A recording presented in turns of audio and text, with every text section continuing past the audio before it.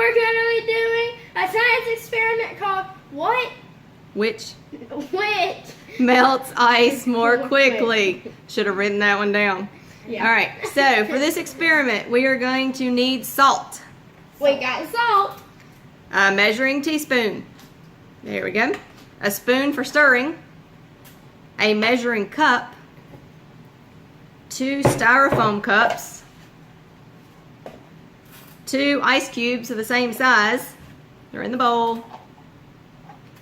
And a marker or a crayon. All right, we're going to use the marker to write salt water on one of the cups. And I already did it.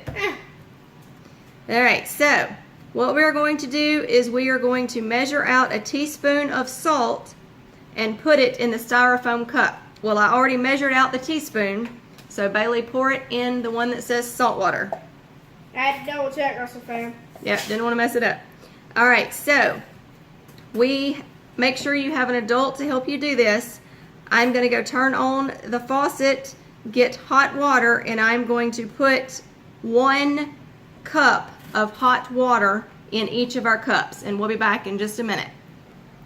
All right, Russell fam, we are back. We have hot sink water in here. This is the salt water. This is the regular water. Becca's going to stir around the salt for us. Make sure it's good and dissolved. Make sure you touch the bottom in case there's any salt down there. I feel like that's where most of the salt would be. Yeah. All right, that is good. So, Bailey, you get an ice cube. Sissy, you get an ice cube. And then you're going to Oh, cold! drop them in there. Which one? Ready, go. All right, let's watch and see what happens. That one's spinning around. Yeah. And that one's just hanging out right there. That one's getting smaller.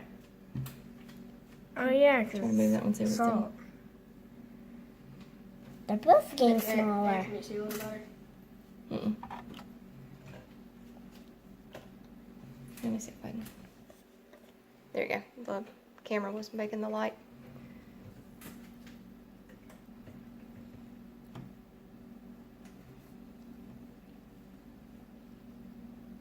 All right, so they are both melting. Oh, wow. It's because of the salt and the hot water. I think it's both destroying it. So it's is. getting small. And that one's just kind of hanging out over there on the side And getting smaller. and getting smaller. And this one's just hanging out in the middle and keeps spinning. I wonder if it's because the hot air and the hot air. All right, so hot this water. one is completely dissolved. Pretty much. There's one teeny tiny little bit, I think, right there, but that's pretty much gone. And then there's some right There. there. So the freshwater one dissolved faster. It did. So remember that fresh water floats on salt water. So that is why the ice was floating in the salt water. That's cool. This effect is so strong that the cold water floats in the hot salt water. So, in the end, when the ice cube started to melt, the cold fresh water that was formed from the melting ice cube floated on top of the salt water, along with the ice. It didn't sink. For the ice cube to continue to melt, then the hot water had to heat up the newly formed fresh water that floated on the surface.